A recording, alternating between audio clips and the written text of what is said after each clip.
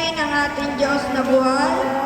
Ako'y nagpupuri, nagpapasalamat sa ating Amang nasa langit, sa pangalan ni Jesus, kaysa ng kanyang banal na Espiritu Santo, sa mahal na Birhen Maria, sa lahat na narito na nag-iwan ng lahat, at naririto sa magdamag na ito, magandang umaga sa ating lahat at sa mga nanonood ng live stream na ito.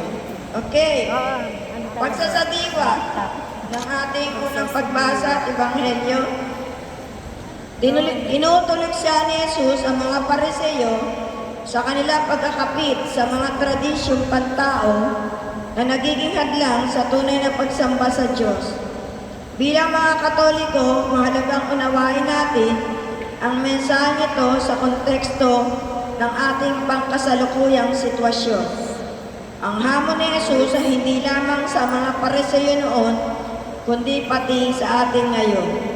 Tinutukoy niya ang mga pagkakataong mas binibigyang pansin natin ang mga seremonyang panlabas kaysa sa mga gawaing nagpapalalim ng ating ugnayan sa Diyos at kapwa. Ang pagkapit sa mga makalumang tradisyon ay maaaring magdulot ng pagkakahon at pagkakabahabahagi sa loob ng simbahan. Dapat natin tandaan na ang sentro ng ating pananampalataya ay ang pag-ibig at habag, hindi ang formalidad ng mga tradisyon. Sa ganitong diwa, tinatawagan tayong magpatuloy sa pagsusuri at pagtatanong sa mga kaugalian na baka hindi na nakatutulong sa pagpapalaganap na tunay na kahulugan ng Ebanghelyo. Ang pagiging bukas sa pagbabago ito sa makabagong paraan ay nagdudulot ng mas malalim na pagsasakatuparan ng ating pananampalataya. Palakpakan natin ang Diyos na buhay. Amen. Kaya ang topic natin, ang ating Ebanghelyo dito, ang bawat tanim lamang na hindi tinanim ng aking Amang nasa langit ang mabubunot. Huwag niyo silang pasinin, mga bulag na gabay sila. Kapag isang bulag ang makay sa kapwa bulag, silang dalawa ang mahuhulog sa hukay. Kaya ang topic natin ay pagkabulag. Okay? 2 Corinto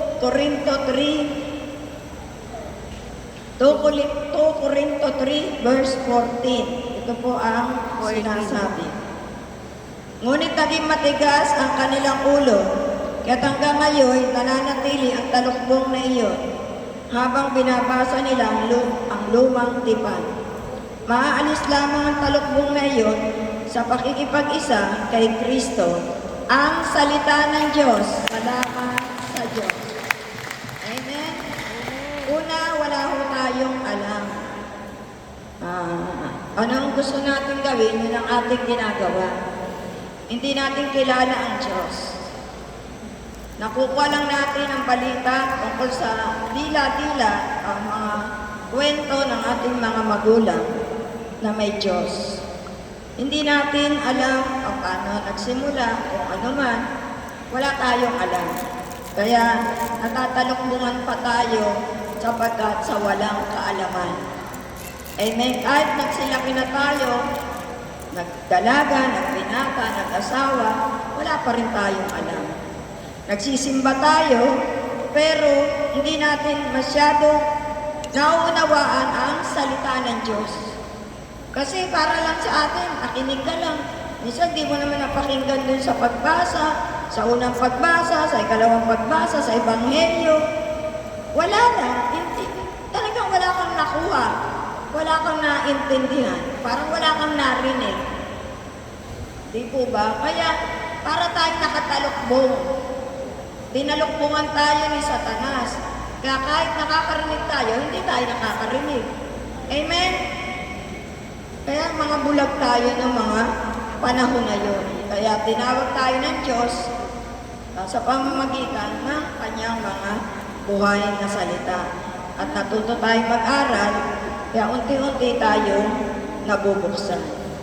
At kapag tinanggap natin si Kristo sa ating pananampalataya, binabahaginan tayo ng Diyos ng karunungan at ipinadadama niya ang kanyang kapangyarihan, ang kanyang kabutihan sa bawat sandali ng ating buhay. Sunod, Lucas 6:39. Lucas 6:39. Tinanong sila ni Jesus ng patalimhaga, maaari kayang mag-akay ang isang bulag ng kapwa niya bulag? Pareho silang mahuhulog sa hukay kapag ginawa nila ang ganoon. Ang salita ng Diyos. Alam. Kapag wala ka rin alam, tapos gagamitin ka ng Diyos, ano makukuha sa'yo ng mga taong nakikinig? O kung ikaw, gusto mong maglingkod sa Diyos, gamitin, tumayo sa harapan, ngunit nandun pa rin yung kasamaan sa iyong pagkatao, no? Hindi ka pa rin nagbabago, anong makukuha sa iyo ng taong nakikinig? Wala. Bulag ka sa paningin ng Diyos, bulag. Sabi nga ni Isaiah, sabi ng Diyos kay Isaiah, ang aking bayan ay kahit magsalita ka na magsalita sa kanila, hindi nila yung mapapakinggan. Amen? Kasi nga, parang pinurol na ng Diyos ang kanilang kaisipan. No? Kahit na pahayagan mo sila ng pahayagan, wala rin silang matatanggap. Amen? Kasi nga dahil sa kasalanan ng tao. Kaya kailangan talaga, unang step, humingi ng tawad sa Diyos. Mag-confession tayo sa mga kaparian para makalaya tayo sa kasalanan at unti-unti tayong mabuksan ang ating mga mata na pananampalataya. Okay. Sunod, Mateo 11:5-6. Kaya nga yung pag sinusundan mo, doon muna sa mga bulag. Kapag sinusundan mo bulag, bulag ka rin. No, kaya dapat pare-pares tayo maging malinaw ang mga mata. Kaya yung nagpapayag ay bulag, pag-aralan mo, pagka susunod sa kanya. Parang nakikita mo, hindi naman tama ang kanya ginagawa. Pagka susunod, pwede kang maghanap ng ibang means na para maglingkod sa Diyos. Kung talagang nakikita mong walang pagbabago, yung taong sinusundan mo. Amen? Mateo 11:5-6. Mateo 11:5-6. Nakakakita ang mga bulag, nakakalakad ang mga pilay, gumagaling at lumilinis ang mga ketonge, nakakarinig ang mga bingi, muling nabubuhay ang mga patay, at ipinapangaral sa mga mahihirap ang magandang balita. Mapalad ang taong hindi nag-aalinlangan sa akin. Ang salita ng Diyos. Walang marunong sa atin. Lahat tayo walang alam. Kahit po ako nung una akong tinawag ng Diyos, wala akong naiintindihan dito. Kaya kapag may tumatawag, sasabihin, magsalita ka, ano sasabihin ko? Hindi ko, kahit magbasa ako na magbasa, hindi ko yun naiintindihan. No, pero unti-unti, habang nakikinig ka, sumusunod ka, nagpapasalamat ka sa Diyos, marami kang natututunan, kung ano ang tamang paglilingkod, kung ano ang tamang pagsamba, kung ano ang tamang pananalangin, doon unti-unting ibinibigay ng Diyos sa iyo ang mga salita niya na maiintindihan mo na. Natutuwa ka na kapag ang pare nagpapaliwanag, di ba? Ako ganun Babasahin ko yung unang pagbasa, ikalawang pagbasa, ebanghelyo, tapos mag-aano ako sa sarili ko kung ano yung ibig kong ipaliwanag doon. Alam ko yon sa sarili ko lang. Tapos magsisimba ako. O, habang nakakapakinig ako at nagsasalita yung pare, sabi ko ba, tumutugma na yung aking paliwanag sa sarili ko, tama na yung, kumbaga sa malapit-lapit na ako dun sa paliwanag na mga pare o ng mga elder. Amen. Ganun kailangan mo talagang tingnan kung nakukuha mo na ang paliwanag sa kanyang mga buhay na salita. Ako nga, nagtatanong ka Sabi ko kay sa matanda, kay Amang Tino, yung biyanan ng ate ko, Amang, pag nag-aararo ka ba, hindi ka kailangan lumingon-lingon? Pag may tatawag sa'yo, kailangan lumingon ka. Hindi ako lilingon. Bakit? Madadapa ako Baka pag nadapa ako, maano ako, mapalisod ako dun sa kalabaw, matapakan ako ng kalabaw. Hindi ka kailangan talaga lumingon kahit may tumawag sa'yo. Pwede tumigil ka, tsaka ka lumingon. Di yung sinabi ng Diyos, sa paglilingkod, huwag kang palingon-lingon. Huwag kang titingin sa kanan, huwag kang titingin sa kaliwa. Diretso lang ang paglapit sa Diyos. Kaya hindi ko rin makuha. Kaya nagtatanong ako, sa pag-aararo, sinampol ng Diyos yun. Nung bago ako, tinanong ko rin butil ng mustasa. Sabi, ang mustasa ka ako, maliit lang eh. Bakit sa salita ng Diyos? Lumalago yan at pinakamalaki sa lahat ng puno ng gulay at napapamugaro ng mga ibon ng mga sanga nito. Nagtanong ako sa magsasaka sa amin. Ang tanim ng mga magsasaka, pechay, mustasa, sibuyas, yung mga pangbenta. Bumibili kami doon nung nasa Bulacan na ako. Sabi ko, Ama, ano ba yung pinakamaliit na binhi dyan? Ganun tanong ko. Ilabas niya yung posporo. Eto, talagang maliliit. Maliit pa sa mundo. Sabi niya, ito, pinakamaliit ito. Sa lahat ng klase ng gulay. So, ibig sabihin, tama yung salita ng Diyos. Sabi ko, Ama, bakit ganyan lang ang lago niya? Hindi siya lumalago. Hindi. Tsaka iba't inaanin mo na. Ako sabi niya, kailangan na namin anihin. Kasi yung mustasa, pag lumaki na yan, hindi mo na makakain. Kailangan nandiyan lang, anihin mo na yan. Kasi pag lumago yung mustasa, malagong-malago yan. Sa lahat ng klase ng gulay. Tama ang salita ng Diyos. At itinulad yun sa pananalig ng tao. Amen! Palakpakan natin ng Diyos na buhay.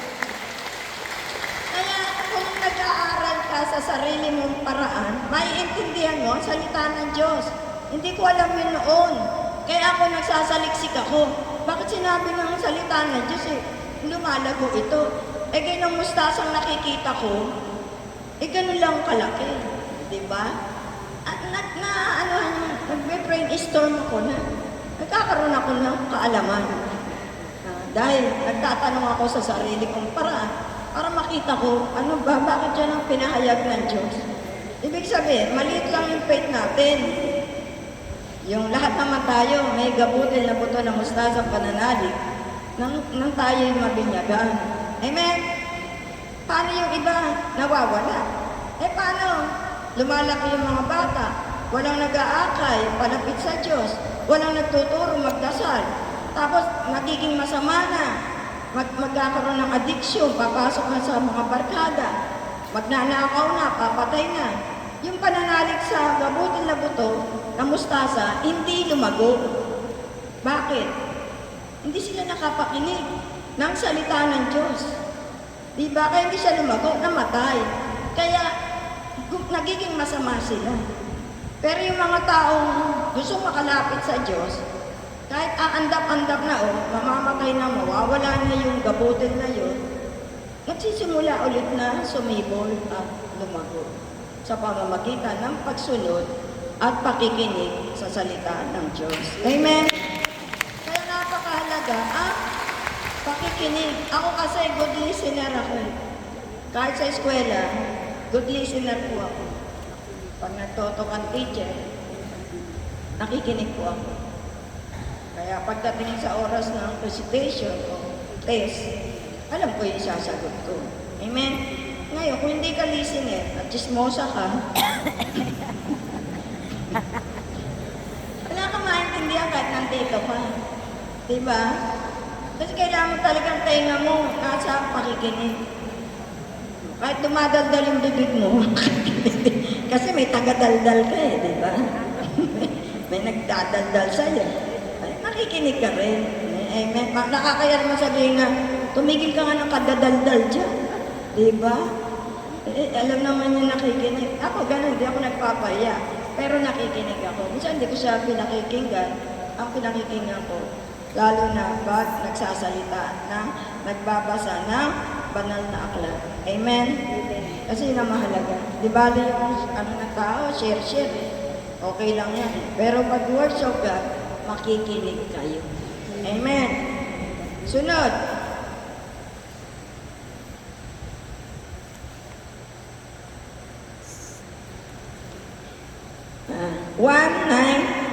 John 9, 2-3. John 9, 2-3. Tinanong siya ng kanyang mga alagad, Guro, sino po ang nagkasala at ipinanganak na bulag ang lalaking ito?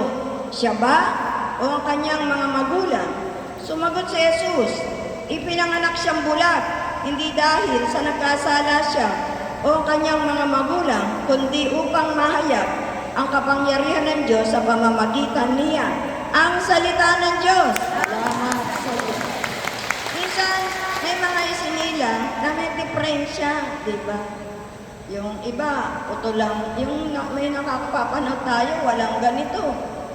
Walang paa. Puto lang kamay. Nakakapag-asawa pa. Nakakataka naman. Nagkakaanak pa. Amen? Kasi tanggap niya sa pagkatao niya na yun siya eh. Ano gagawin niya? Alam, magduktong ng paa. Magduksong ng kamay. Doon siya isinilang na gano'n eh. Amen? Tayo nga, may mga depresya. Kahit ako, may sinilang na may polio. Na ano talaga. Yun ang ano mo, yung pagkatao mo eh. Amen? Bakit mo ikakahiya? Ang mahalaga, i-accept mo kung ano yung pinahintulot ng Diyos sa'yo. Kasi may mga dahilan. Maaaring, di ba, yung mga naglalaglag. Kaya, yung mga isinisila, mga puto lang mga kamay, di ba? Kasi nga, naglaglag sila. Tapos naisilang yung bata na gano'n. Yun ang mga nangyayari sa mga batang isinisila. Di ba, hindi naman magkakaganon yun kung hindi mo ginawaan ng masama yung baby sa tiyan mo. Diba? Kaya nga sabi nga rito, yan bang isinilang na bulag dahil sa kasalanan ng mga magulang? Hindi. May mga dahilan bakit sinisilang na gano'n ang mga bata. Maaaring kagagawa ng tao, o dahil din sa pangyayari sa minsan, yung paglilihi. Totoo yun eh. Ako nga, niisip ko, totoo kaya yung lihi? Pero kasi nagkaanak ako, nahilig ako sa, ano ba yung talangka? Mong araw, 19, mag-asawa kami, 1974 eh. Ang talangka nun eh, yung isang tabong ganyan, 50 centimos lang. Wala kaming pera nung araw, bagong mag-asawa lang kami. Yung lang inuulam namin mag-asawa, yung talangka. Ngayon, magkano na yung talangka? 400 na, 1/4 pa lang, o kalahating kilo. Sino na nakakabili ng talangka? Yung mayayaman na lang. Nung araw, may hirap na pagkain yun, 50 centimos lang yun, sa tabo. At kaming mag-asawa, yun lang kinakain namin. At maghapon na namin yun, kasi wala pa kaming anak. Kaya nung magkaanak ko nung baby ako ganun yung mga mga nakagaling makadaliri ng anak ko. Pero nababalik naman. Pero parang talagang talangka. Nung magbasa ako ng Biblia, totoo pala yung naglilihi. Kaya kung may maglilihi sa inyo, huwag kayong titingin sa may depresya. Kasi magiging gano'n. Minsan sa lihim talaga. Kasi may kasamaan ako, namimili sa akin. Yung anak niya ang bumibili sa akin. Yung paa, balingot. Yung bang talagang pipilay-pilay. May dalaga pa na bata, babae. Sabi ko, yung anak mo po, Nay, ba't nagkagano? Ano ba yun? Depression? Sabi niya, inborn yun. Sabi niya, wala naman kami lahing gano'n. Ba't nagkagano yung anak mo? Sabi niya, nagtitit kasi may tindahan niya, bibili sa akin yung mamimili. Mabait yung mas matanda sa akin siya nung panahon na yun. Kasi dalagitan na yung anak niya. Yung mga anak ko, 1 taon pa lang, 2 taon. Sabi niya kasi, Celia, nagtitindahan ako, may tindahan ako. Yung dumadaan sa amin, iika-ika. Tuwing dadaan yun, naawa ako. Naawa daw siya dun sa batang pipilay-pilay. Laging ganun, hindi niya alam, naglilihi pala siya. Kaya nang sinilang ko yung anak ko, ganun-ganun din. Kaya nabasa ko yun dito sa, hindi ko alam kung makikita ko kay Abraham yata, ayun. Na sinabi sa kanya ng kanyang biyanan, maghiwalay na tayo. Kasi nga, parang naglalamangan sila sa hayop. Sabi ng biyanan niya, kunin mo yung kaunti lang. Yung kaunti, ang sabi sa kanya, yung sa iyo may batik-batik. Yung sa akin, puro isang kulay lang. Nakita hindi ko alam si Abraham. Alam ni Abraham na lugi siya dahil kakaunti lang yung batik-batik. Ang ginawa niya, kapag nagsisiping yung, di ba, yung mga hayop, baka ba yun? Magsisiping yun, naglagay siya ng mga dahon-dahon. Bawa, yan sa ganyan. Papatak niya yung mga dahon-dahon doon sa isang ganyan, sa isang lugar. Tapos pag-i-inmate niya yung babae at lalaki na baka, pag-i-inmate niya yun, habang nandun sila sa loob na nakikita yung batik-batik. Kaya, tuwing magsisilang ng hayop, may batik-batik. Talaga, totoo pala yung lihe. Basahin niyo sa Human Tipan, makukuha niyo yan. Kaya laging ganun ang ginagawa. Hanggang sa, nagtataka yung biyanan niya, bakit dumadami yung batik-batik? Yung sa kanya, pakaunti ng pakaunti. Kasi nga, pinag-i-inmate niya. Tinatapakan niya na may batik-batik yung mga dahon-dahon, lalagyan niya yung puti, lalagyan niya yung dahon-dahon. Para habang nag-aasawahan niyang mga hayop, yun ang nakikita. Kaya pag sinilang yung mga baka, yung mga asno, yung mga tupa pala. Yung tupa, may mga batik-batik. Kaya nang sabi nung biyanan niya, sige, doon ka na. Lumayo ka na sa akin. Kunin mo na yung may batik-batik. May iba. Yun ang nag-i-istorya. Hindi ko na, nabasa ko yung matagal na eh. Hindi ko na ngayon Kaya sabi ko, totoo pala ang lihi. Kaya kayo, kung may mga anak kayo, talagang hindi rin maganda. Pag naglihi ka, maglagay ka ng magandang bata. Para siya yung makikita mo sa anak mo. Para yung bata. At tulad na ate ko, yung bunsong anak niya maganda. Kasi, yung ginawa ng kapatid ko, bumili yung magandang bata, yung malaking poster. Dinikit niya yun sa kanyang dingding. Siguro sa kwarto niya. Tuwing gigising niya, tinitingnan niya yung bata. Yung anak niyang babae, napakaganda. Amen? Palakpakan natin ang Diyos ng Diyos. Okay.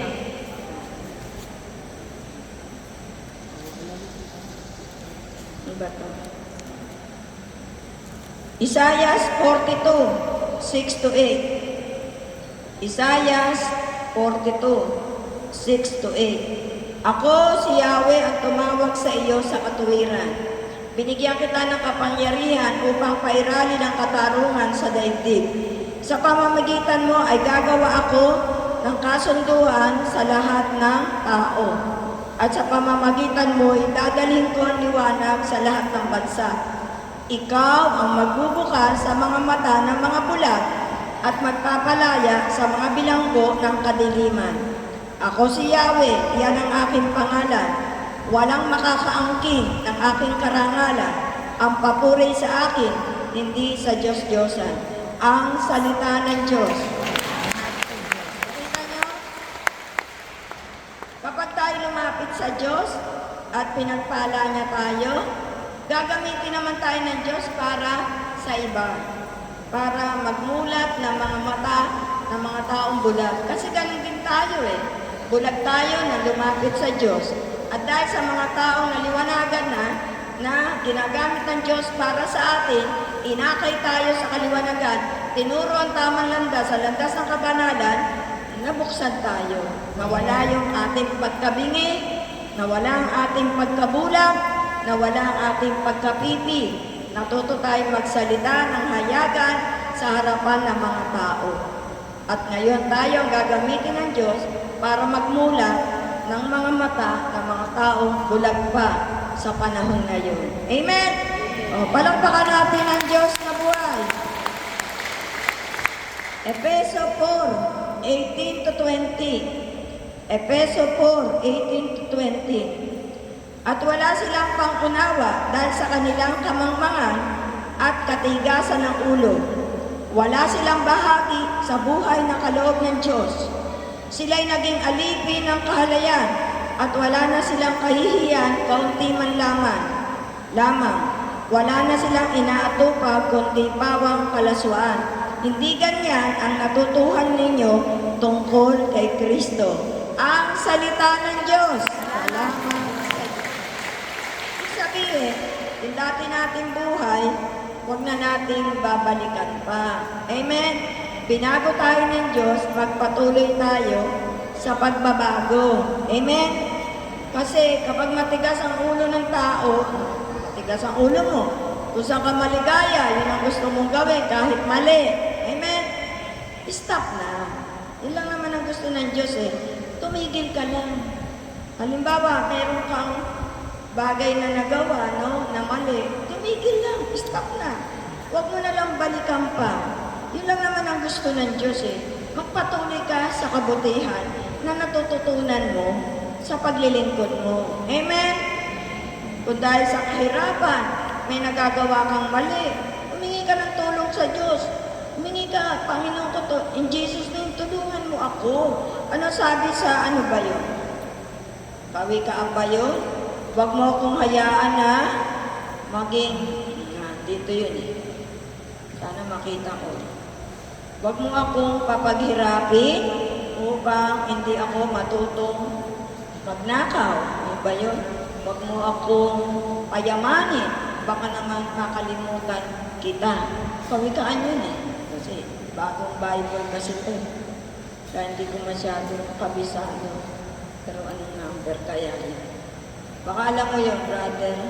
Yes, yung huwag mo akong hayaan papaghirapin. Ano? Ayan. Kawikaan 30. Diyos ko, may hihilingin akong dalawang bagay bago ako mamatay. Huwag akong hayaang maging sinungaling. Huwag mo akong payamanin o paghirapin. Sapat na pagkain lamang ang ibigay mo sa akin. Baka kung managana ako, ay masabi kong hindi na kita kailangan. Baka naman kung maghirap ako'y matutong magnakaw at pangalan mo'y malapastangan. Ang salita ng Diyos. Kasi pag dumarating na yung sobrang hirap, magkakasala ang tao. Sabi nga, kapag kinakailangan kahit sa patalim, kakapit ka para ka lang mabuhay. Kaya minsan, kailangan natin ang tulong ng Diyos. Titiisin mo lang. Amen? Amen. Titiisin mo muna yung hirap. Hindi ka naman niya papaghirapin eh. Walang kakanin tong araw na to. Tiisin mo lang. Bukas kakain ka. Hindi pwedeng hindi ka kakain. Amen? Tinitingnan lang ng Diyos kung kaya mo magtiis. Kaya nga tinuro ni Brother Ting ang fasting. Yan siguro ang idea niya. Na kapag mahirap ang buhay mo at wala kang kakainin, matatanggap mo, hindi ka gagawa ng kasalanan. Dahil matitiis mo pa ng 3 araw na hindi kayo kakain basta't may tubig, may kape. Jesus name. Amen? Diba nung araw, kape-kape lang? Yung walang pagbiling kape. Ano ba ginagawa? Yung bigas. Natikman ko yan, binubusa. Yung asawa ni Brother Tim, yung dako ng asawa niya nung nabubuhay, mahilig yung pagbubusa ng bigas. Susunugin. Sabi ko, di ba lasa nun? Hindi na lang bumili ng instant kape, may pera naman. Mahilig yun sa ganon. O saya, tikman mo yan. Ayoko nun eh. Hindi ako may inom nung ganon, yung binusang bigas. At, kasi siya mahilig sa ganon. May pera naman. Ano lang niya siguro yun na gusto niya yung ganong kape. Eh ayoko. Bibili ka na lang ng Nescafe. Madali pa. Pero maganda naman daw yung kape na gawa sa bigas. Okay. Sunod.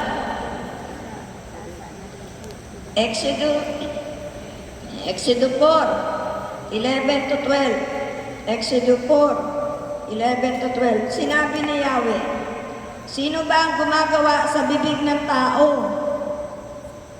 Sino ang may kapangyarihan para maging bingi o pipi ang isang tao?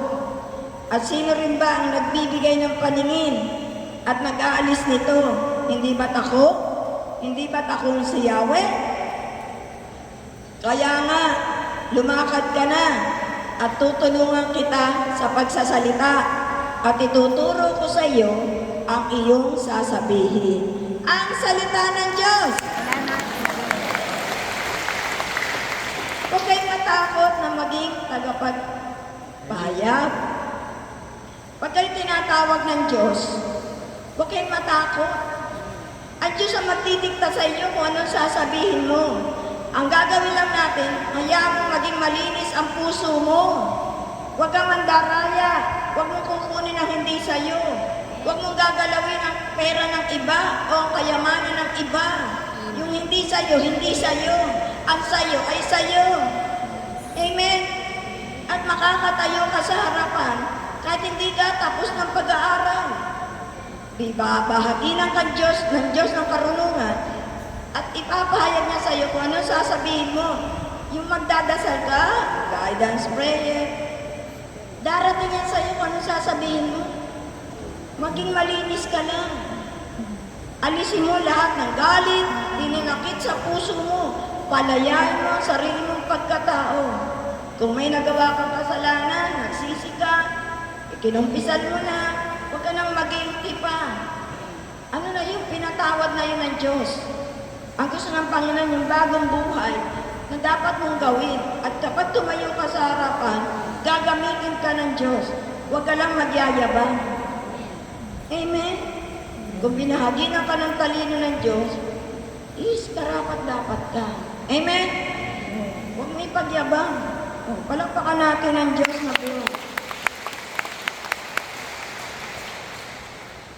Deuteronomio 28. Deuteronomio 28, verse 28 to 29. 28, verse 28 to 29. Dahil sa mga gagawin ni Yahweh sa inyo, ay masisiraan kayo ng bait. Bubulagin niya kayo at lilituhin. Parang bulag kayong mangangapa sa katanghalian tapat. At maliligaw kayo sa inyong mga lakad. Ano man ang inyong gawin ay hindi kayo magtatagumpay. Patuloy kayong gigipitin at sasamsamin at sasamsaman ng ari-arian. Ngunit walang sasaklolo sa inyo ang salita ng Diyos. Bawa, narito ka na. Gusto ka nang baguhin ng Diyos, pero ikaw ayaw mo pa. Amen? Paano dahilan? Sugaron ka. Uupo ka pa sa saklaan. Alam mo yun, yun ang bisyo mo eh. Katulad na alala ko. Yung matanda doon sa amin. Kalimutan ko tuloy pangalan. Malilimutin na yata. Kasama namin sa umaate niya sa chapel ng Caloocan sa isla. Sumusunod na yun. Ano yun eh, sugarol yun talaga eh. Lagi yun nasa sakla. Tanda na siya eh. Yung anak niya, kabarkada ko eh, kaedad ko eh. Ngayon, akala ni Kuya, nagbago na. May patay din sa amin. Kilala siya na, magkakapit bahay. Pinunta ni Brother Ting. Kung pumunta naman yun, di naman gabi. Mga tanghali, hapon, gano'n hapon yun, hindi pupunta yun ng gabi. Kami, panggabi kami. Pag may patay.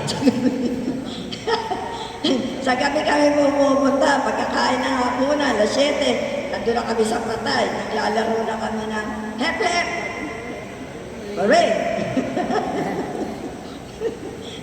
Marami ko alam laro sa patay. Kasi nga, doon kami masaya eh. Si Brother Ting naman, pupunta yon sa hapon. Bago sa umuwi, dadaan yun. May sakla na. Pagdating ng alas 5, may sakla na. Nakita niya yung matanda na nakaupo sa saklaan. Di mo nakita ni Brother Ting, nandun siya sa patay. Tinawag yung isang bata. Wala na. Halika nga. Bigay mo ito 100. Doon kay Aling Basta pa yung pangalan. Bigay mo 100. Sabi mo, panaya niya. Nagulat pero umalis na yung kuya ko. Pagkabigay, umalis na siya. Kasi baka nga naman damga. Sabi ng matanda, sino nagbigay? Si Mang Ting. Ka-brother mo, binigay. Baka wala ka raw pantaya. Nagalit. Pinuntahan ako sa tindahan. Hoy, Senya, ba't ba nga yung kapatid mo? Sino ba yun? Si Brother Ting. Ano nga ang problema mo? Nandun na ako, nakaupo lang ako sa sakla, hindi mo na ako nananakla. Nanonood lang ako, tsaka naghihintay lang ako ng balato. Kasi matanda na yun. Tapos bigyan ba naman ako ng 100? Para naman nakaka-insulto. Sabi ko, buti nga, binigyan ka, huwag mo na ibalik yan. Diyan mo na yan, sa'yo na yan. Kasi ako kahit matanda, kabiroan ko eh. Sabihan ba naman ako, baka wala akong pantaya. Huwag mo intindihin yun. Alam mo naman si brother din eh. Ano yun eh? Pinakikita, baka ikaw nagsusugal ka pa eh. Kung di ka naman nagsusugal, eh, walang problema. No? Kunin mo na 100. Ayan, sa'yo, binigay na sa'yo. Huwag mo na ibalik. No? Totoo nga, ibig sabihin, pag gusto mo umiwas, huwag kang pumunta doon sa lugar na magkakasala ka. Amen! Soldiers of Christ ka na eh. Hindi nakakayan, dala mo na yung dala mo na ang si Kristo sa pagkatao mo. Meron nga kami binabaan sa Malolos sa may Compradya. Malolos. Sugarol yun. Ano ba na? Rektor at rektora. Di ba uso ng araw ang kursilyo? Nagsisimula kami sa charismatic, buhay naman ang kursilyo. Ngayon, sila pala, kursilistas. At nagre-rektor at rektora pa yung mag-asawa. Ninakitan namin ang poon ng Mama Mary, ng binaba. Nalipat doon sa kabila, sa pangalawa, naglipat na. Eto na, sumusunod na yung babae. Aba, nung isa sa kanya, ikalawa, ikatlo. Pinuntahan ba naman ako si Tarcelia? Ba't ganon? Tinanggap ko yung Mama Mary niyo. Ano nangyari? Nawalan kami ng kuryente. Nawalan ng trabaho asawa ko. Natanggal sa trabaho yung anak ko. Ba't ganon? Ba, ewan ko sa'yo. Ba't sa akin? Ba't ako tayo nagpapatrabaho sa akin? Ay, minsan ganon ako sumagot eh. Hindi ako, anong malay ko doon kung natanggalan kayo ng kuryente? Yung pala, hindi ba maalam ang buhay na nagre-rektor, may bisyo. Sugar yung babae. Sugarol, nagre-rektora. Nagre-rektor. Tignan mo sugarol. Para hindi sila nagalit si Satanas. Tinanggalan ng kuryente. Kasi lalapit sa Diyos eh. Tinanggalan ng trabaho. Dalawang trabaho, tinanggal. Nang malaman ko, natawa ko. Kasi nga, hindi totoo sa paglilingkod to eh. Tapos sumunod siya. Sumunod. Sabi, pinagtatawanan doon sa Compradya. Naku, dala-dala ka pa ng Bible. Hindi ka naman magbabago. Talagang magdamag siya kung magsugal. Pinupukol na siya ng asawa ng bote. Hindi pa siya tumatayo. Matapang ang babae. Alam ba, Sister Celia? May Bible na siya. Parang ayoko nang bitbitin eh. Bakit? Pinagtatawanan ako ng mga kapitbahay ko hanggang ano lang daw ako. Hindi raw ako magtatagal dito. Bagay, totoo naman, hindi naman siya nakatagal. Kasi mahirap talagang magbago. Totoo lang. Gusto niya sumunod, pero hindi niya kayang magbago. May iyak yun. Gusto ko sumunod, Sister Cel. Gusto mo sumunod. Ayaw mong pilitin ayusin yung pagkatao mo. Paano susunod? Pinagtatawanan ako. Siyempre, pagtatawanan ka. Dati na sugar na sobra. Hindi ka naman sugar na ano lang. Sugaron ka talaga. Dahil minamagdamag ka sa sugalan. Misa 3 araw daw, walang tayuan. Sipin mo nga, kung hindi ka talaga sugaron. Pagtatawanan ka talaga mga kapitbahay mo. At ang naging akay niya, pero kahit nawala siya, naibigay niya sa amin ang Bukawi. Banga first ba yun? Doon kami nakapagbukas sa Bukawi. Hanggang ngayon, meron kami sa ano pa rin yata. Ewan ko, tinuloy nila sa Malolos. Sa Compradya, bagay meron pa kami doon. Nandun si Sister Helen, nandun si Susana Ronquillo, sa Compradya. At meron pa rin kami sa Bukawi. Sa Banga first ba yun? Banga first. Banga second. Sa kanya na magaling. Kaya minsan, mga taong gano'n, no? Nagagamit pa rin ng Diyos. Amen? Nagbunga rin yung kanyang paglilingkod. Nagkaroon kami ng bunga sa Bukawi. Palakpakan natin ang Diyos na Diyos. John 9, 39 to 41. John 9, 39 to 41.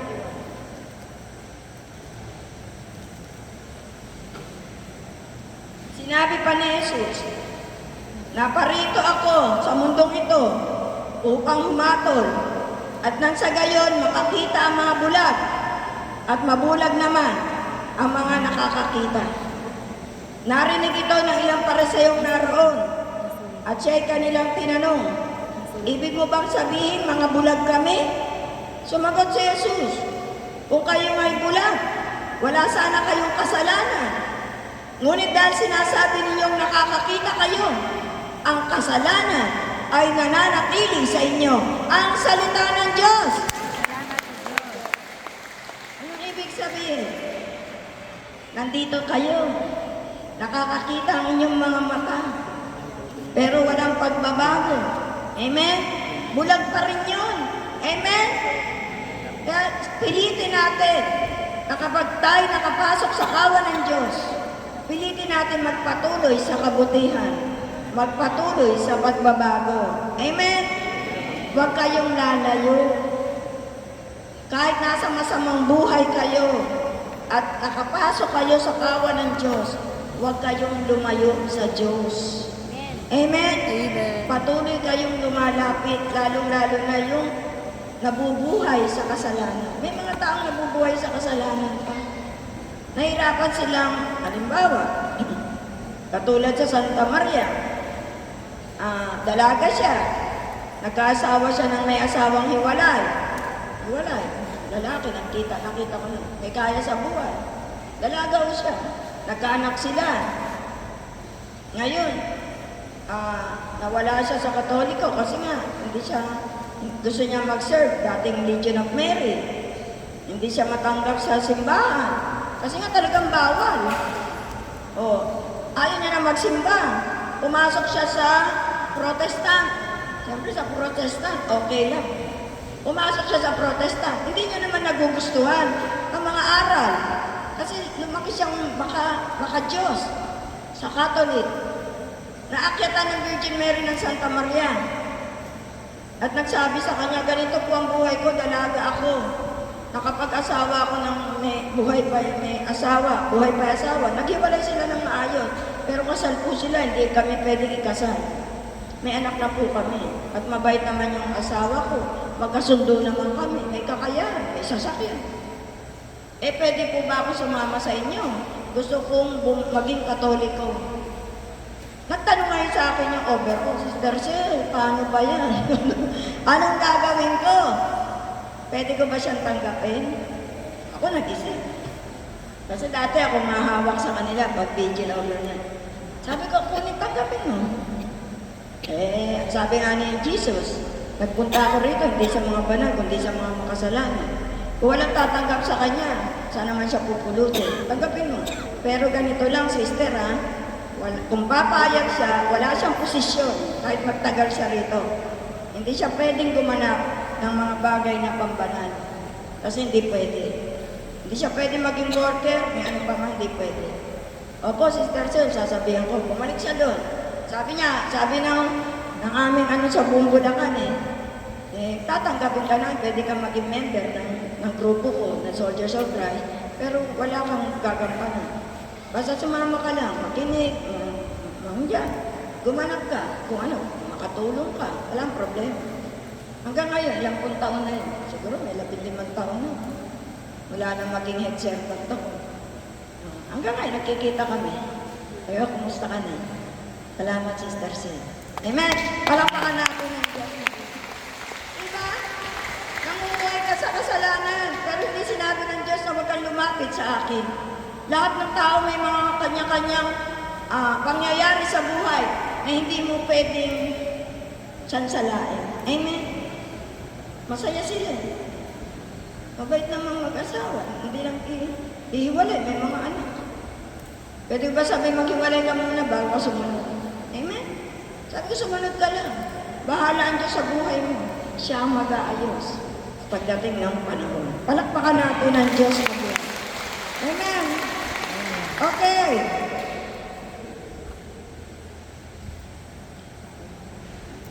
Dalawang hari, ikalawang hari, 6:17 to 18. Dalawang hari, 6:17 to 18. At siya'y nanalangin, Yahweh, buksan po ninyo ang kanyang paningin nang siya'y makakita. Pinakinggan ni Yahweh ang kanyang panalangin at nakita ng katulong ni Eliseo. na ang bundok ay punong-puno ng mga kabayo at karwahing apoy na nakapaligid kay Eliseo.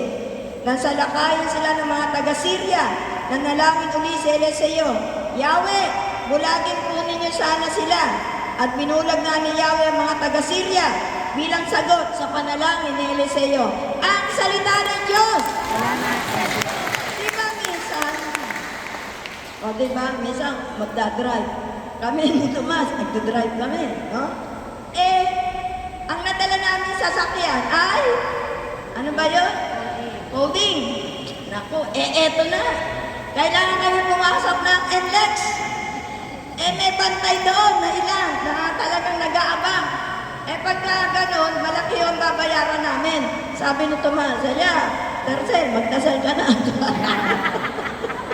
Ay, isip ko, Lord, bulagin mo yung mga nagbabantay. Di si Tomas, alalay lang siya. Doon ako tatabi sa truck nga, kasi kailangan namin lumiyay. Dahil pag hindi, kita-kita kami talaga. Dahil liliko ka pa ganun sa may di ba? Papasok ng NLEX sa Fifth Avenue ba yun? Eto na, talagang dadasal ako, bulagin mo yung mga magbabantay. Sige, Tomas, ready ka na. Nakakalagpas kami, tuwa-tuwa kami. Sa Luzon, palakpakan natin ang Diyos na buhay. Totoo yung prayer. Bulagin mo sila na hindi makita. Pag ikaw nasa katotohanan ka, tingnan niyo yun, nakalusot kami. Ba't ba hindi na mukha ako Counting. Makalimutan ko, counting pa na. Diba? Nasa ahayo kami. Saan dumarating yun? Pero ang galing ng Diyos. Hindi kami nakita. Tapos nung makalagpas kami, may nahuli. Counting, yung talagang nahuli siya. Kami nakalusot. Bilisan mo na, Tomas. Nakahuli na to. Amen. Sunod. Roma 11, 22 to 25. Roma 11, 22 to 25. Dito makikita natin ang kabutihan at kabaksikan ng Diyos.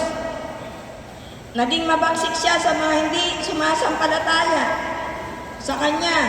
Subalit mabuti siya sa inyo kung mananatili kayo sa Kanyang kabutihan. Kung hindi, kayo may puputulin din. Ang mga Hudyo idudugtong niyang muli sa puno kung sila ay sasampalataya. Sapagkat kayang gawin iyon ng Diyos. Kung ikaw na sanganggaling sa ulibong ligaw ay naidugtong sa tunay na ulibo, kahit nasalungat ang ganon sa takbo ng kalikasan, lalo pang madaling idugtong sa puno ang mga tunay na sanga nito. Mga kapatid, isang hiwagang nais kong malaman ninyo upang hindi maging mataas ang palagay ninyo sa inyong sarili. Ang pagmamatigas ng Israel ay pansamantala. Tatagal lamang iyon hanggang sa mabuo na ang takdang bilang ng mga hintil na lalapit sa Diyos. Ang salita ng Diyos. Salamat sa Diyos. Alam niyo, nung bago ako, gusto ko yung verse na yun. Bakit? Diba, ang Israel, pinutol sa sanga. Pinabayaan sila ng Diyos. Itinugtong niya ang hintil. Yung mga hintil tayo. Tayo na hindi kalahi ng hindi taga-Israel. Hindi kababayan ng Diyos. Itinugtong tayo. Basahin mo na lang yung chat ko. Bakit? Basahin mo na lang yung chat ko. Kanyang bayan. Kaya naidugsong tayo. Ngayon, huwag kang magmamalaki. Huwag tayong magmamalaki. Kasi ang mga Israel man, yung kanyang mga lingkod, na nagbago at nagbalik loob, kaya niya muling idugso. Kung ang sanga ng punong olibong ligaw ay naidugtong sa tunay na ulibo, kahit laban sa likas na paraan, gaano pa kaya ang tunay na sanga ng ulibo na pinuto na hindi maidugso sa tunay na puno ligaw. Ang salita ng Diyos! Sinaulo ko yung verse na yan. Dahil nagandahan ako. Dahil ako, idinugsong mo ako sa Diyos. Kaya huwag akong magmamalaki. Kasi yung mga tao inalis dahil sa kanilang pagkakamali, maaari silang maibalik muli sa talagang puno nito. Sapagkat sila tunay na sanga. Nakuha niyo ako. Tayo, katulad natin. Ha? Naglilingkod tayo sa Diyos. Ngayon, nagkamali tayo, nagkasala. Putol ka. Putol ka. Samantali. Ngayon, kung lumalapit sa Diyos na makasalanan, idinugsong sa Panginoon. Pero tayo, na nandito na, maaari pa tayo makabalik sa Diyos. Kailangan lang natin piliting magbalik. Naintindihan niyo po? Ganyan magmahal ang Diyos. Walang hanggan. Kaya ako tuwang-tuwa ko dyan. Gustong-gusto ko yung verse na yan. Kaya sa ulado ko po yan. Amen? Okay.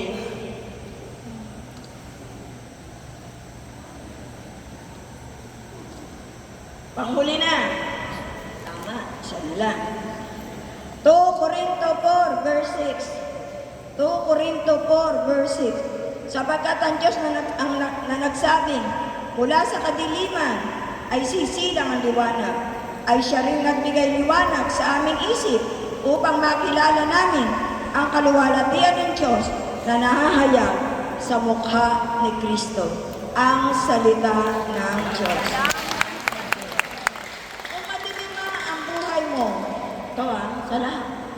Ako ng araw, madilim ang buhay ko. Sa totoo lang, muntik na ako magkamali at magkasala. Sa totoo lang. Pero hindi pinahintulot ng Diyos. Hindi ko alam na gagamitin niya pala. Gusto ko nang maging maligaya sa sarili kong paraan. Pero hindi pinahintulot ng Diyos. Amen? Yan ang buhay natin. May kanya-kanya tayong buhay. Amen? Minsan yung buhay na tinaya, hindi ka maligaya. Gusto mong baguhin ang takbo ng buhay na yun, pero mamamali ka ng landas. Amen? Kaya iba, minsan masasabi ko, maswerte to. Katulad niya si Nerto, makatagpo siya ng mabuting asawa, masaya. Kahit mali nga lang ang landas. Diba? Kaya hindi nga naman siya magamit ng Diyos. Siguro ako, kung tinahak ko yung gusto kong landas, wala ako rito. Sabi ko kay Lord, nang dumalangin ako, Panginoon ko, gusto ko nang gumawa ng mali. Hindi, totoo to. Gusto ko nang gumawa ng mali. Tulungan mo ako. Kung ito para sa akin, gagawin ko. Pero kung hindi, ikaw ang kumilos. Hadlangan mo ako. Yun ang buhay ko. At kumilos ang Diyos. Kaya nakita ko kapangyarihan ng Diyos eh. Papasok na ako sa kasalanan eh. Siya pa ako kumilos ng gumawa ng parang hindi ko na kaya eh. Gusto ko nang gumawa ng isang hakbang na magkakamali ako. Pero kumilos ang Diyos. Hindi ko lang maikwento kasi personal. Pero pinakita ng Diyos na hindi pwede. Kaya sabi ko, na-realize ko, salamat Lord. Kung ito man ang buhay ko, tinanggap ko na. Kailangan kong magtiis. Kailangan kong harapin. Nung araw, pag tumingin ako sa liwanag ng gabi, kasi madilim mo, matulog ako. Hanggang ngayon, alas 12 ng gabi. Hindi ako makatulog ng maaga. Sanay ako sa gabi. Ang mister ko matulog, alas 7, alas 8, tulog na yun. Ang gising ko, alas 3 ng madaling araw. Ako talaga, gising ko, alas 7, alas 8. Kahit ng araw na may asawa ko. Paggabi, ako na lang nag-iisang gising. Siyempre may mga dalahin ako sa buwan. Titingnan ko kalangitan. Madilim. Madilim kasi lalo sa Bulacan, madilim. Pero may nakikita akong katundok na liwanag. Yung ba katundok-tundok lang? Sabi ko sa gitna ng dilim, ba't may liwanag na tundok ko? Kaya sa isip ko, nag-pray ako, Ama, sa pangalan ni Jesus, salamat. Nananalig ako, ang buhay ko madilim. Pero yung katundok na liwanag na nakita ko ngayon, na galing sa'yo, alam ko, yun ang magbibigay liwanag sa buhay ko. Hindi. Umiiyak ako. Umiiyak ako kasi nalulungkot din ako. Sa dinaranas ko. Pero salamat. Ikaw lahat ang may gawa ng pangyayari sa buhay ko para magpatuloy ako. Hindi. Tsaka iba yung lakas ko eh. Malakas ako. Nag-aalaga ako ng 2 matanda. Naghahanap buhay pa ako. Yung CDO, napupuntahan ko yun. Di ba yung CDO ng Valenzuela? Napupuntahan ko yun. Namimili ko ng mga scrap na hotdog. Bebenta ko sa Bulacan. Napupuntahan ko yung Chooks to Go. Di ba ano ba yun? Yung sa Marila, pupunta ako doon, mamimigay ko ng mga para ibenta ko. Ako lang, bit-bit ko lang yun. Parang ngayon ko lang na-realize, ba't ko nakaya yun? Hindi ako nagre-reklamo, masaya ako. Kahit nahihirapan ako, nagbubuhat ako ng divisoria, kasabi ni Sister Rhea, ang taba mo, Sister Celia, dakas na. Isang nga pala. Sleeveless ako. Hindi mo pa alam, yan ay pinagdaanan ng paghihirap ng pagbubuhat. Kaya malaki yung ganito ko. Yung katawan ko malayo sa ganito, hindi lang nakikita kasi dati naka-sleeve. Pero pag ko sabi, laki ng mo, braso ko dito. Kasi nga sa pagbubuhat, sa paghahanap buhay. Amen? Sana may nakuha kayo. No? Ano man ang buhay natin, may pag-asa. Huwag kayo lalayo sa Diyos. Kung darating kayo sa isang punto na mamamali kayo ng landas, tawag lang sa Diyos. Tawag lang. Siya ang kikilos para hindi ka tumawa ng mali. Amen! Palakpakan natin ang Diyos na buhay. Sa iyo isang tinig, walaki sama sa anak at sa Espiritu Santo, kaparata sa unang-una ngayon at kailanman, pagpa sa walang hanggan. Sa ngalan ng Ama, ng Anak at ng Espiritu Santo. Amen.